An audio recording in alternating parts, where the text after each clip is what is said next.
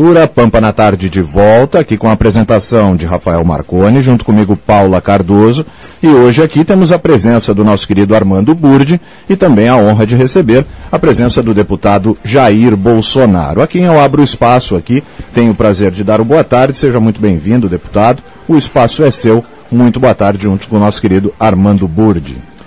Boa tarde, obrigado pela oportunidade. Tive uma grata surpresa, fui muito bem recebido no aeroporto, agora há pouco, né? E espero poder contribuir com vocês e com o nosso país com algumas informações que porventura eu possa aí dispensar nesse momento. Ok, muito obrigado. O espaço é seu também, Armando Burdi, o espaço é seu, Paula Cardoso. O espaço fique à vontade, querido Armando Burdi. Boa tarde, deputado federal Jair Bolsonaro. Deputado Bolsonaro nasceu em Campinas, a 21 de março de 1955.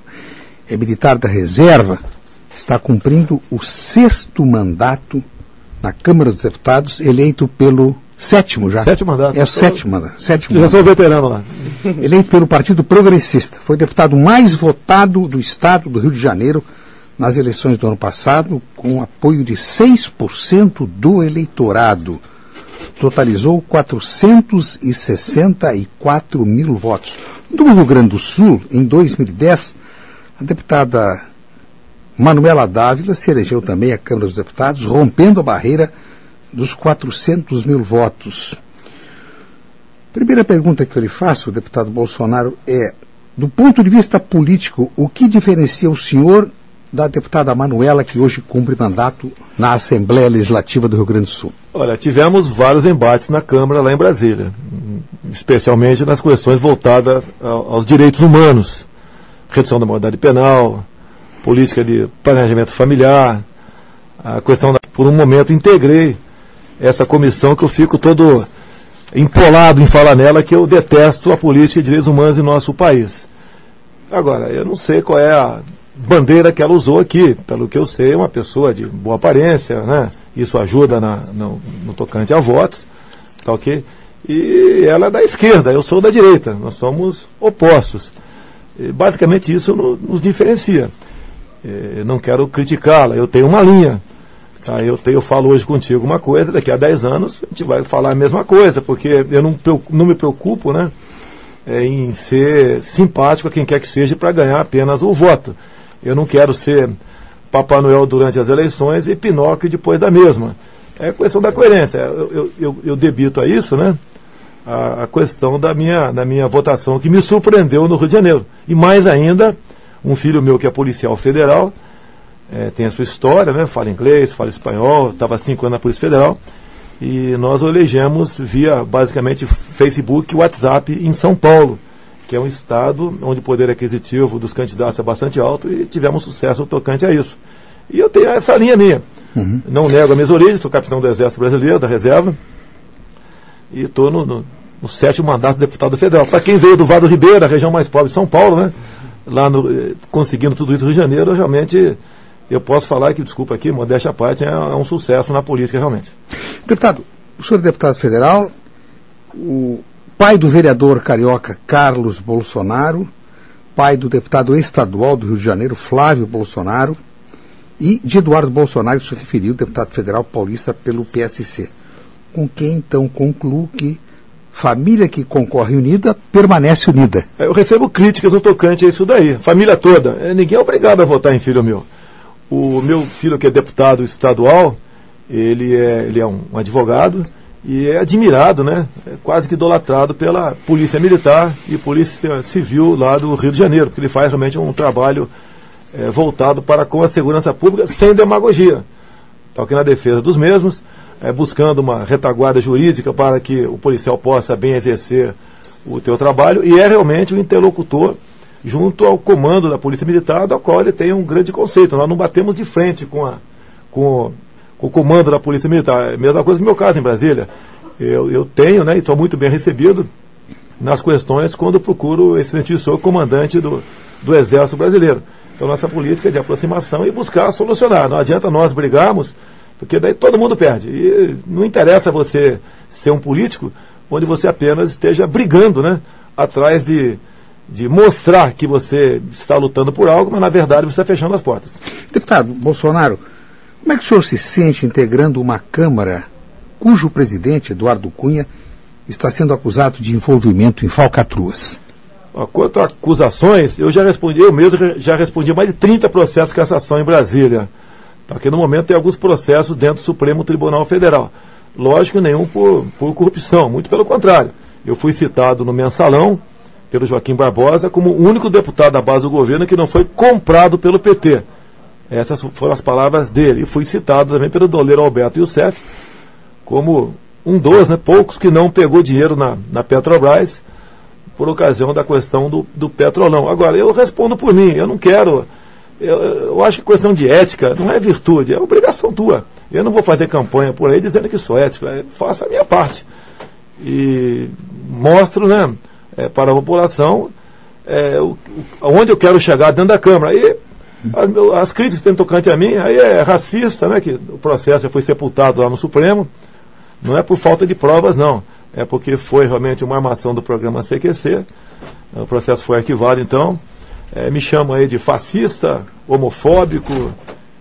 Agora, eu estou praticando a xenofobia também, porque eu estou brigando contra essa entrada indiscriminada de haitianos no nosso país, sem qualquer controle sanitário e sem qualquer documentação sobre os possíveis antecedentes criminais dos haitianos que estão vindo para cá e agora estão vindo também senegaleses. Então são essas críticas apenas, mas quando me chamam de homofóbico eu fico muito feliz porque foi numa causa justa, defendendo as crianças de um material escolar que os pais não querem que seus filhos tenham contato com esse tipo de material, onde longe de combater a homofobia estava estimulando de forma bastante precoce a vida sexual de crianças a partir de 6 anos de idade. Deputado, eu gostaria de lhe fazer uma pergunta até de cunho pessoal. A gente percebe que hoje as últimas campanhas, inclusive, foram muito marcantes a respeito disso, de que muito elas se embasaram em detratar o adversário, E o senhor citou agora todo racismo, fascismo, todas essas questões. Isso me passa a impressão de que, e isso de ambas, assim, não estou aqui fazendo nenhuma defesa de nenhum lado, mas me passa a impressão de que tanto candidato ou até mesmo já eleito, é preciso se trabalhar dobrado, além de se apresentar o trabalho, ter que se lutar contra, por mais que o ônus da prova seja de quem acusa, ter que se trabalhar constantemente para provar que não é fascista, que não é racista, que não é homofóbico, ou para explicar 1001 vezes que a questão, por exemplo, do kit gay diz respeito apenas àquilo aplicado à escola e não a questão de ser homofóbico. Então me passa muito a sensação de tempo e dinheiro perdido para um trabalho que deveria ser focado com outras coisas infinitamente mais importantes. Estou na imprensa aqui, uma parte considerável de colegas de vocês tem uma formação muito voltada para o marxismo. E eu, por ser militar, qualquer palavra equivocada minha, ou até sendo bem intencionado, eu sou conduzido para a chacota muitas vezes. Eu não quero falar do jornal. Um jornal do Rio Grande do Sul aqui, o ano passado, deu uma entrevista. Se puder falar, eu falo. Deu uma entrevista e falei sobre a questão por que a mulher ganha menos do que o homem. Tá, ok? E expliquei isso daí de acordo com pesquisas do IBGE. E o jornal deu uma manchete aqui. Jair Bolsonaro, 2 pontos. Defende que mulher ganhe menos do que homem. E eu paguei um preço altíssimo quanto a isso aí, E passei a ser chamado de misógino também. Depois fui ver no dicionário o que é isso, que eu não sabia o que era. É que ele não gosta de mulher. Eu acho que descobriram que eu era gay, então nesse momento eu que não gosto de mulher, eu gosto de homem. Decidiu o que vão acusar, afinal de contas. Então, as acusações de racista, basicamente, não é só no tocante ao caso Preta Gil, É porque eu sou radicalmente contra qualquer tipo de cotas. Eu quase fui eleito há 2 anos presidente da Comissão de Direitos Humanos na Câmara, perdi por 1 voto apenas, foi 10-8. Se fosse 9-9, eu teria sido eleito, E falei que caso assumisse a presidência, eu seria daltônico. Agora eu pergunto para vocês, é justo, você está me vendo aqui? Você está me vendo, Quem está ouvindo não? Eu sou branco de olhos azuis. É justo a minha filha de 4 anos ser cotista? Vai ser cotista, porque meu sogro é o Paulo Megão. É motorista de ônibus aposentado, mora na Ceilândia. E ela tem sangue negro nas suas veias, E eu sou casado com uma mulher que é filha do Paulo Megão, que é casado com uma branca. Essa mistura de raça no nosso país. Sim. E não acho justo nós entrarmos nessa política do governo de luta de classes. Branco contra negro, homossexual contra heterossexual, pai contra filho, norte contra sul. De vez em quando o pessoal fala, vamos vamos separar o norte, o sudeste, Sim, sim. rico contra pobre. Eu quero, para mim, quanto mais rico tiver na minha frente, melhor. Eu quero que meus parentes que vão me visitar sejam ricos. Assim ninguém vai sair, embora com um saco de feijão embaixo do braço, né, pegando a de casa, tá certo? Então é por aí. A minha política é somar e multiplicar, e não dividir e subtrair, como é da esquerda, em especial do PT, onde além de pregar o ódio, leva sempre para o lado do coitadismo, né? Coitadinho do negro, coitadinho do pobre, coitadinho do homossexual, coitadinho do nordestino. Não é por aí que nós podemos sonhar com um Brasil melhor. Deputado, nesse momento em que nós temos muitas manifestações no Brasil e há uma crise, pelo menos pelo que parece, nas manifestações de identificação com os políticos. Você disse aqui no início que foi muito bem recebido no aeroporto aqui em Porto Alegre. Eu gostaria de saber como que o senhor vê nesse momento esse afã, assim, ao senhor, já que há uma crise de identificação com os políticos no Brasil. Olha, eu fui ovacionado quando posei às 11 da noite da quinta-feira passada, lá em Fortaleza. Em qualquer lugar que eu vou, boto no Facebook com a minha agenda, né? E eu sou muito bem recebido. Agora, o retrato que eu tiro, desculpa aqui, não é bom. É sinal que não tem liderança no Brasil. E eu não quero dizer que eu poderia ser o salvador da pátria, apesar do meu nome ser Jair Messias Bolsonaro. Tá, ok? Esse é um retrato horrível. Agora você pode ver, eu tive nas manifestações de rua em Fortaleza, carregado nos braços pelo povo, etc. Não vi lá nenhum deputado federal ou estadual presente. Não sei como é que foi em Porto Alegre, se algum político aqui, assim que aqui tem alguns realmente que são consagrados aí, de oposição mas tem poucos participaram. Poucos participaram, pouquíssimo, né? Lá no Ceará, ninguém. Então, o que os políticos fazem? Basicamente, apoiam o governo em troca de pontas de ministérios, diretorias, secretaria. Se eu for presidente um dia, raríssimas exceções, né? Mas os onguistas podem procurar emprego que não vão ter dinheiro no orçamento. Eu não sei o montante total, mas o governo gasta por ano em torno de 120 bilhões com projetos ditos sociais. Aí nessa fatia está incluído as ONGs. Por isso, esse trabalho na Câmara, em especial da esquerda, que muitos deputados lá têm ligações com ONGs, para defender esses menores. Se a gente botar na cadeia esses marginais, que lá é o lugar deles, eles vão perder aí uma fatia, né, de receita considerável vindo de ONG. Agora, eu respondo por mim. Eu não quero dizer que eu sou honesto, eu sou bom, eu sou o cara. Não, eu faço a minha parte. E as consequências depois. É igual o time de futebol, né? Se você jogou bem, mesmo que você venha perder, a torcida bate palmas para você. No estúdio da Rádio Pampa, estamos entrevistando o deputado federal Jair Bolsonaro, representante do estado do Rio de Janeiro. Deputado, o senhor já foi filiado ao Partido Democrata Cristão, ao Partido Progressista Renovador, que se tornou Partido Progressista, o PP. O senhor já esteve no Partido Trabalhista Brasileiro, Partido da Frente Liberal e atualmente no PP. Por que tanta troca de partidos, deputado? A maioria desses partidos vieram de fusões. Então, dois realmente eu tive, foi no PTB e no então PFL. Eu fui ao PTB na época porque era a maneira de eu eleger meu filho vereador no Rio de Janeiro, porque no partido que eu estava, acho que era o PPB, se não me engano, não tinha chance, dada a nominata formada. Então fui para o PTB e quase quebrei a cara. Porque na última hora o Roberto Jefferson, que tinha uma filha secretária da terceira idade lá na prefeitura do Rio de Janeiro, estava tudo certo que ela ia apoiar o César Maia. No último momento, o Roberto Jefferson acabou apoiando aí um colega do PT. Por quê? Não me posso te responder se perguntar.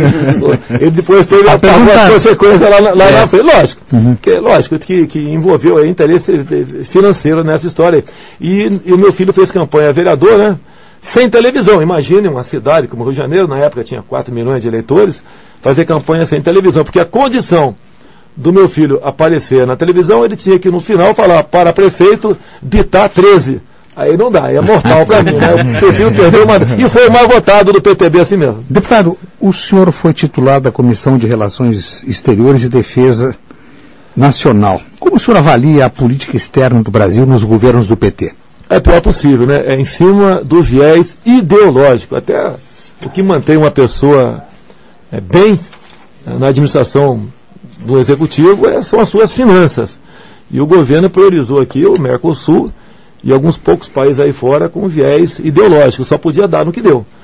Tá ok? Você pode ver, no dia de ontem foi aprovado um acordo de educação do Brasil com a Palestina, que pese a grande maioria do povo palestino, de boa índole, etc, etc, etc, mas naquele momento ali, até o próprio deputado Ivan Valente, do PSOL de São Paulo, falou que reconhecia o Hamas como algo legítimo lá na Palestina, lutando pela sua libertação. Está na cara que esse acordo educacional, esse intercâmbio Brasil-Palestina, vai ser na área do terrorismo, tendo em vista de quem partiu essa proposta desse atual governo, que cada vez mais se aproxima de ditaduras do mundo todo.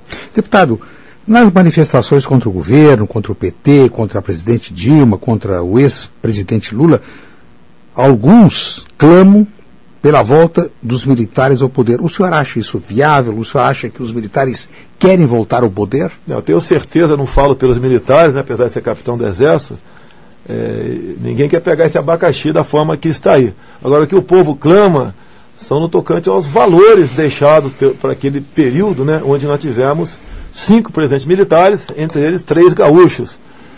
O Brasil realmente na economia foi um sucesso, da 49ª economia no mundo, só Médici aí fez 15 hidrelétricas, se tinha respeito, a família era respeitada, a segurança pública existia, bandido ia pro pau realmente, não vou negar isso daí, tá, okay? Depois se intitularam preso político, tá, okay? A educação era de qualidade, no nosso tempo, eu estou com 60 anos de idade, o senhor tem um pouquinho mais do que eu, né? Um pouquinho mais. A educação a particular era vexatória, um aluno ir para uma escola particular, né? O certo era escola pública. Quando a gente entrava na sala de aula, era o teu tempo, eu tenho certeza disso, quando a professora entrava, os alunos se levantavam, tinha educação moral e cívica. Isso era do meu tempo, volta e meia eu comento aqui que eu sinto falta também de OSPB e educação moral e cívica. Pode ver, o programa CQC, né, que mudou completamente agora, fez uma matéria há pouco tempo sobre um colégio militarizado no Amazonas. E o mesmo acontece no estado de Goiás, né? Eles foram para o deboche, porque no caso era aluna primeiro lugar naquele bimestre ou semestre, os alunos entravam e prestavam continência para ela, não usavam piercing, não usavam o telefone no intervalo, acabou com as drogas naquela escola, que era escola pública, etc, etc. E foi me entrevistar depois, né? Porque nós fizemos uma crítica à maneira como o CQC tratou aquelas escolas, cujos pais estavam muito satisfeitos com os filhos naquelas escolas, que inclusive passou a ser a escola, no tocante a nota exemplar lá no estado do Amazonas. E perguntaram para mim sobre isso, eu concordei, é lógico, né? Daí sempre vem o pessoal aí, existe muita gente falando, pedindo para vir candidato a presidente, qual a primeira proposta no tocante à educação. Eu convidaria um general que tivesse uma passagem de comando em colégio militar para ser ministro da Educação e Cultura. E a aceitação é excelente no tocante a isso aí. Chega de politicamente correto. Você pode ver, tem pesquisas da Associação de Professores aí de São Paulo, onde são coisas absurdas que você vê na pesquisa, apesar de ser uma pesquisa um pouco direcionada. 70% dos professores já foram agredidos física ou moralmente por alunos ou pai de alunos. Hoje em dia você vê, a garotada vai muito mais na escola atrás da merenda do que no saber. Muitas professoras, eu falo agora pelo Rio de Janeiro, estão muito mais preocupadas em não apanhar do que ensinar. E por aí afora, o que você pode esperar para o futuro, né, dessa garotada, onde não tem nada a temer na escola? Fez dever de casa, não fez, não interessa. A princípio vai ser aprovado de ano, vai ser passar de ano, até para sobrar vaga para os que vêm atrás. Então empacar todo mundo no primeiro, segundo, terceiro ano do ensino fundamental. O que podemos esperar dessa molecada? Nada. E eu acabei de falar, o Brasil assina um acordo de educação com a Palestina para se aliar ao Hamas, em vez de assinar com o Japão, com a Coreia do Sul. Deputado Bolsonaro, o senhor acha que a Operação Lava Jato vai chegar no ex-presidente Lula? Já devia ter chegado, no meu entender, né? Já devia ter sido denunciado. Pelo que eu estou vendo de rabo de olho aqui, parece que acabou de ser denunciado o Eduardo Cunha. Tá ok? O ex-presidente Fernando Collor também. O Ciro Nogueira também entrou nessa, deve ter entrado também, o líder é o presidente do meu partido, né? Lamentavelmente aí. Então, esse caso do Eduardo Cunha, não quero defendê-lo, mas eu estou do lado dele, porque afinal de contas, o nosso inimigo, meu dele, no meio do Brasil mesmo, é o PT. Então eu estou com ele, se depender de qualquer voto meu para destituí-lo se bem que não existe regimentalmente nada tocante a isso, eu votaria contra nesse caso aí. Agora, ele foi citado, né? Pedro negou 3 vezes Jesus, né?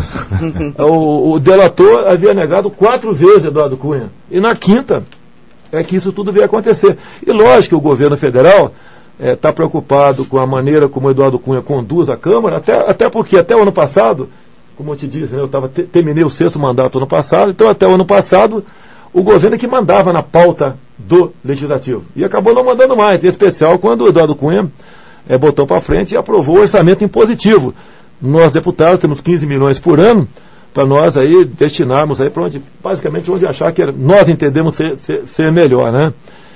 E sempre o parlamento ficava aí de joelhos no executivo, votava o que o executivo queria para poder liberar esse recurso. Acabou isso daí. E o Cunha botou muita coisa para fora, né, que tinha que ser votado, no meu entender, que desagradou o governo federal. Então, eu vi agora sinto um acordo com o Renan Calheiros nessa questão das denúncias, né? Agora o Renan pode esperar que a hora dele vai chegar. O PT está sendo seletivo nessa questão aí. Deputado Bolsonaro fala muito em reforma política. A promessa vai se cumprir? Quantos partidos o Brasil deveria ter? Olha, eu prefiro responder eu acho, né?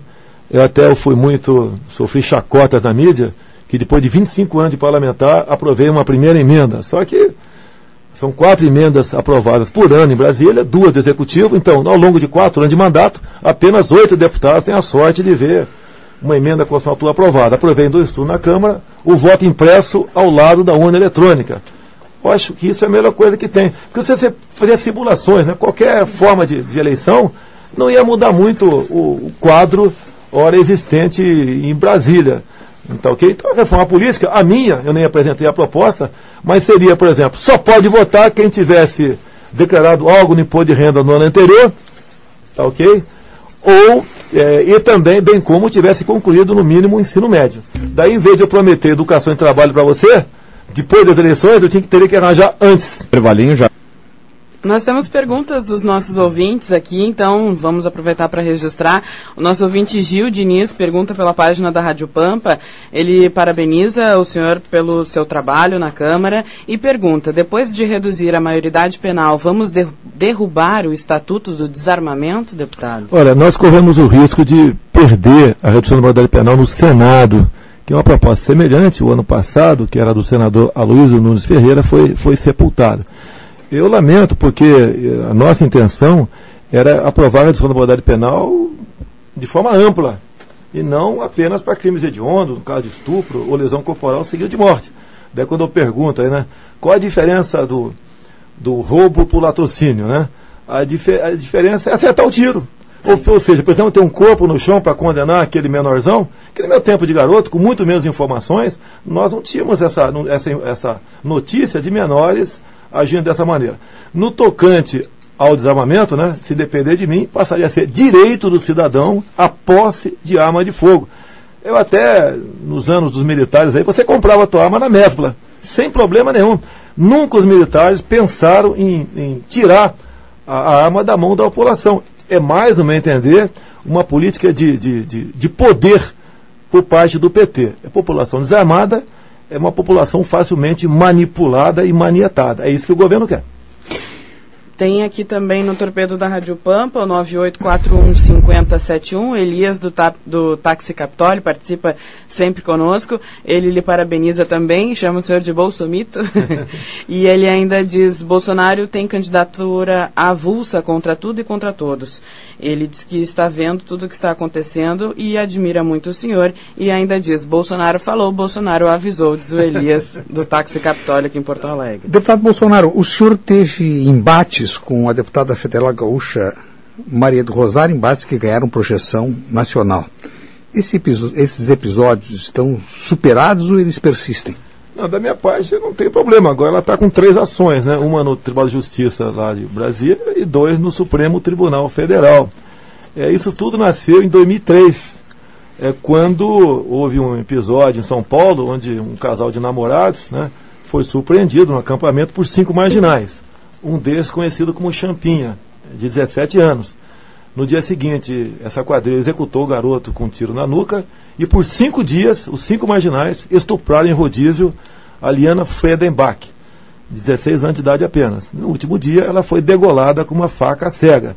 E a Rede TV nos convidou para um nossa opinião sobre a redução da maioridade penal. Ela perdeu nos argumentos para comigo e, ao perder, ela me chamou de estuprador por 3 vezes, quando eu fui obrigado para não levar isso para casa, a respondê-la daquela maneira, né? E eu rememorei esse fato agora no final do ano passado, quando ela estava defendendo aí o relatório da dita Comissão Nacional da Verdade. E foi da tribuna da Câmara que eu respondi para ela, que ela é acostumada a fugir dos debates nessas questões, e deu essa confusão toda novamente, né? Não tivemos confusão nenhuma agora, por ocasião da discussão da redução da maioridade penal, até porque nós não estávamos ocupando o mesmo espaço, eu com toda certeza teria. Ela tem uma defesa, né, da marginalidade, da bandidagem, desses menores aí, estupradores, sequestradores, assassinos, etc., de forma muito convicta. Só que eu desconheço que, já que nós parlamentares podemos contratar de 6 a 25 funcionários, num limite de R$90 mil, eu nunca tive conhecimento dela ter pego um desses estupradores, né, menor, que cumpriu a pena nas fundações Casa da Vida, e ter levado para casa para dirigir o carro aí não sei se ela tem filha ou da sua família. Então não dá exemplo. Acha que essa pessoa tem recuperação, mas quem sabe na tua rádio aqui, na Câmara, no gabinete dela, não. Deputado, o senhor ganhou notoriedade por comentários considerados preconceituosos à política indígena do governo federal. O que o senhor acha da política de demarcação das terras indígenas no país? Olha, essa história começou por ocasião da Constituinte. Eu não era Constituinte, mas começou lá. A comunidade internacional vibrou com a Constituinte e participaram, né, de forma muito ativa em reservar tantos direitos para índios. Hoje em dia nós temos aqui uma área maior que a região sudeste, você pega São Paulo, Minas, Rio e Espírito Santo, como terra indígena. Só a reserva Yanomami equivale a 2 vezes o tamanho do estado do Rio de Janeiro, para 9 mil índios. A ONU, né, o Brasil é signatário de um grande acordo onde se reconhece a autodeterminação dos povos indígenas. Mais cedo ou mais tarde, nós vamos assistir, infelizmente, à independência de todas essas áreas indígenas que estão localizadas nas áreas mais ricas do mundo, a região norte do Brasil. E vamos perder tudo isso aí. Agora, as ONGs que trabalham para aprovar isso aí, juntamente com a FUNAI, que não tem qualquer subordinação ao Ministério da Justiça, apenas vinculação, a palavra desses antropólogos escolhidos a dedo é que vale como lei. Você pode ver, uma das últimas importantes aqui, Raposa Serra do Sol. Os risicultores queriam apenas 1% daquela área para si, não conseguiram. E hoje estamos vendo aqui um crescimento de uma população marginal, que é basicamente favelada, né, na capital, ao lado da capital Boa Vista, em Roraima. E tinham mulheres casadas com índios, ou tinham filhos com índios, o contrário também, homens com filhos brancos com índios, que acabaram sendo obrigados a sair daquela área. Hoje, o estado de Roraima praticamente não existe, está todo ele recortado, e mais da metade da sua área é reserva indígena, repito, na área mais rica do mundo, no tocante à biodiversidade, a recursos minerais, água potável mais na região do estado do Amazonas, reserva de gás e petróleo, Venezuela tem, com toda certeza, tem do nosso lado, reserva de nióbio, ouro. Desculpa até alongar um pouquinho mais. Se você pega o mapa meteorologenético, isso que diz que está colorido de acordo com o tipo de mineral que tem na região, e fizer uma superposição com áreas indígenas, não tem área indígena em área que não seja colorida. Então, estamos na iminência de perder essas grandes áreas, porque pela autodeterminação dos povos indígenas, mais cedo ou mais tarde, teremos aqui, com toda certeza, algumas dezenas de novos países dentro do Brasil. Deputado, muitas pessoas falam sobre a crise que nós temos no Brasil, principalmente a crise financeira. E principalmente vem isso da população, a questão de que os salários dos políticos poderiam ser reduzidos, porque isso onera um tanto quanto em todos os âmbitos, tanto municipal, estadual ou federal. Gostaria de saber a sua opinião sobre isso e também o que mais poderia ser feito para se colocar o Brasil no eixo. Se você botar no montante, né, os deputados federais, senadores, estaduais, vereadores, realmente é uma parcela considerável. Carga em comissão. Tá, okay? Agora, quem é que vai botar aí pontapé inicial tocante isso aí? A pergunta é essa aí. Eu acho que tem que haver, o salário não pode ser igual, senão seríamos comunistas aqui, todo mundo igual Cuba, né? Em média, aí, $25 o salário mensal daquele pobre povo cubano que está sobrevivendo, em parte, graças a 1 bilhão que o governo do Brasil está mandando para a ditadura castrista, né? Agora, como resolver isso aí em cima da questão do direito adquirido, né? Eu não vou fazer demagogia em querer devolver parte do meu salário, que não vou devolver. Eu vivo exclusivamente do meu salário. O ano passado, via Friboi, foi colocado 200 mil na minha conta para fim de campanha. Eu devolvi no dia seguinte. Eu costumo dizer, com todo o respeito que eu tenho ao eleitor, tá, que eles, assim como eu preciso do voto deles, eles precisam muitas vezes do meu mandato também, porque eu defendo os interesses nacionais com o coração aberto, tá, ok? Mas, se for falar apenas de deputado federal, se reduzir, vai ser aí 0,0001% no orçamento. O que se arrecada em 1 minuto é o que equivale aqui o nosso salário em Brasília. Deputado, que avaliação o senhor faz sobre o programa Mais Médicos? Olha, se fosse bom a senhora Dilma Rousseff, né, colocaria uma equipe de cubanos para atendê-los no Palácio do Planalto e não procurar auxílio libanês, como é bastante comum. O projeto, o que visa esse projeto realmente é dinheiro para a ditadura cubana. No passado era a União Soviética que bancava Cuba, depois passou a ser a Venezuela de Hugo Chávez, com a queda do petróleo, passou em grande parte, agora está sendo o Brasil, com 1 bilhão por ano para a ditadura cubana. E a partir do momento que não tem transparência nesse contrato, eu posso suspeitar que parte desse recurso volta para cá, para o governo usar como caixa 2 ou até mesmo financiar o Foro de São Paulo. Deputado, a gente tem muita pergunta chegando aqui. Eu achei interessante uma de um aluno, de um adolescente, que faz uma pergunta para o senhor. Ele diz o seguinte: por favor, pergunte ao deputado como nós, jovens de direita, hoje devemos reagir contra a esquerda praticada dentro de sala de aula. Pergunta o Estevão Limana, de Santiago, no Rio Grande do Sul, e ele diz que é muito fã do deputado. O Estevão, que pese propostas, né, que tramitam nas câmaras municipais, algumas transformadas em leis, né, de escola sem partido, o governo federal não respeita a lei. Nós rejeitamos em Brasília, por exemplo, a ideologia de gênero, a Câmara e Senado. E o governo Dilma Rousseff, via Ministério da Educação e Cultura, oficiou os quase 6 mil municípios do Brasil para que essa proposta viesse a ser ressuscitada via Plano Municipal de Educação. Então, no meu entender, não adianta você aprovar uma lei nesse sentido, escola sem partido, que o governo não vai respeitar. Eu tenho acesso aos livros do MEC, né, que são distribuídos nas escolas lá em Brasília. Basicamente, 2 coisas levam-se em conta lá. A questão do homossexualismo, né, e a questão da ideologia. O capitalismo é o inferno, o socialismo é o paraíso. Basicamente é isso. Agora, tem que pressionar seu professor. Primeiro, né, se ele quer pregar essa ideologia barata na sala de aula, ele vai ter que ouvir o lado de vocês. E você vai ter que ter coragem de levantar e questioná-lo. Ou caso contrário, não toca nesse assunto. Hoje em dia, muita gente reclama comigo que até nas universidades, escolas particulares, onde os pais pagam para os filhos, né, estão pagando para o seu filho ser envenenado com essa ideologia de esquerda. Há pouco tempo, né, eu cruzei com um professor do meu filho, que estudava num colégio cuja mensalidade era próximo de R$3.000, pregando lá o socialismo, né, o marxismo. E esse professor morava na Barra da Tijuca e tinha um bom carro. Quer dizer, ele não estava realmente dando exemplo. Como uma deputada do Rio de Janeiro, a Jandira Fegali, que há poucos meses fez lipoescultura no Copa d'Or do Rio de Janeiro. Tá ok? Então, não é dessa forma. Essas pessoas pregam o marxismo, mas vivem do capitalismo. Agora, realmente, é uma ideologia, né, péssima, que cada vez mais vem envenenando a nossa juventude. Deputado, qual o perfil do seu eleitor? Misturado, eu nunca tive curral eleitoral. Eu tenho uma votação um pouco maior, por exemplo, Resende, por quê? Tem aqueles militares Agulhas Negras, tá, ok? São Pedro da Aldeia, tem a base naval. Alguns bairros do Rio de Janeiro, como Sulacap, porque tem grande concentração de militares da aeronáutica. Agora, por ocasião das últimas eleições, eu pulei o muro dos quartéis, né? Quase 500 mil de votos. Em município como Barra Mansa, que eu tinha ali 0,1% dos votos, eu passei para 3%. Então foi um crescimento generalizado, talvez mais em cima da minha coerência e de cada vez mais o povo, como os jovens, né, vem acordando para a realidade do que é a política. Não tem mais acreditado naquela pregação da perfeição hipotética por parte da esquerda.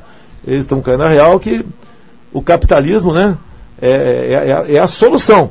E a meritocracia também. Cada vez mais eu encontro gente, né, que até pouco tempo era acusado de racista também por ser contra cotas. Cada vez mais, inclusive negros, têm me apoiado no sentido de que o que vale é meritocracia. Não adianta você ter um diploma em casa onde passa a desconfiar da sua capacidade para conseguir aquele diploma.